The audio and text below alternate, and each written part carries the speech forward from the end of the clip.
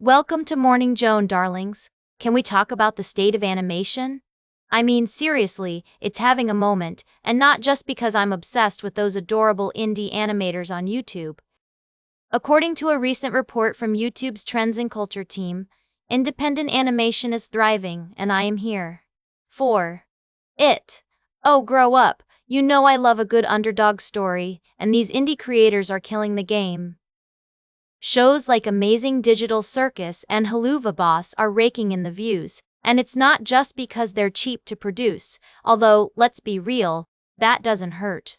No, these shows have big international audiences, and they're making waves on platforms like Prime Video and Netflix. Now, I know what you're thinking, Joan. What about the big studios? Well, trust me on this, sweethearts, the kids are into indie animation. A survey found that 61% of animation fans between 14 and 24 prefer indie creators over major studios. And it's not just about the content, it's about how they're consuming it. They're watching animated memes, animatics, and fully animated episodes on a weekly basis. Face it, darling, the future of animation is online, and it's all about community engagement. These indie creators are leaning into their individual communities with crowdfunding, memes, and more. And let me tell you, it's working. YouTube's report highlights shows like Helluva Boss, Sociedade da Virtude, and even VTubers as part of this ecosystem. So, what does this mean for the industry? Well, it means that original characters and stories with engaged fan communities are where it's at. And if you're a creative looking to make it big, take note, indie animation is the way to go. We'll be right back with more tea on Morning Joan.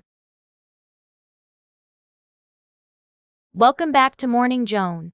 We're diving into a truly disturbing story that will leave you questioning the very fabric of trust and faith. Imagine a charismatic preacher, hailed as a prophet by his followers, but behind closed doors, a sinister reality unfolds. This is the story of Charmaine, a woman who found herself entangled in a web of deceit, manipulation, and abuse at the hands of her husband, Eric, a self-proclaimed prophet. As we explore the depths of this tragic tale, it becomes clear that Eric's behavior was not just limited to his treatment of Charmaine. Multiple women have come forward, sharing their own experiences of being manipulated and controlled by him, all under the guise of faith. The pattern of coercive control is staggering, with reports of emotional, psychological, and even physical abuse. But what's perhaps most shocking is how Eric managed to evade accountability for so long. Despite allegations of domestic violence and manipulation, he continues to preach to this day, his charm and charisma still convincing to many. It's a stark reminder that the most dangerous predators often hide in plain sight, using their power and influence to silence their victims. As we navigate the complexities of this case, it's essential to remember that Charmaine's story is not an isolated incident. There are countless women and men out there who are suffering in silence, trapped in abusive relationships that masquerade as devout and loving partnerships. It's our responsibility to listen, to believe, and to support those who dare to speak out against their abusers. Charmaine's son Isaac is still searching for answers, trying to make sense of the tragedy that befell his family. His words are a haunting reminder of the devastating impact of abuse. I have to live the rest of my life knowing that my mom is never going to see what I do in my life. It really gets to me.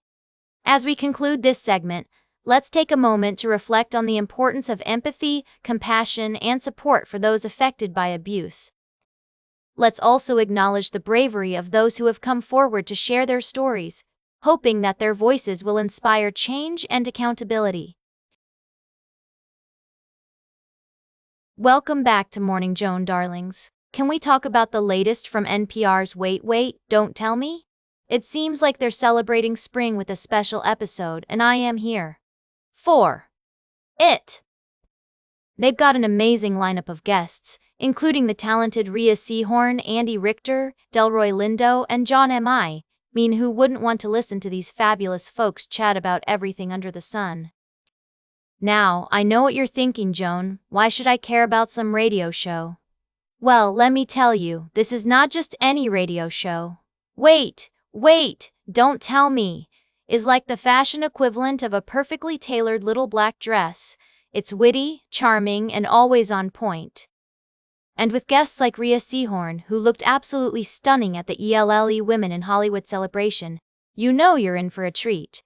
But what really caught my eye was the fact that they're featuring some of their favorite moments from the past year. Can we talk about how much I love a good nostalgia trip?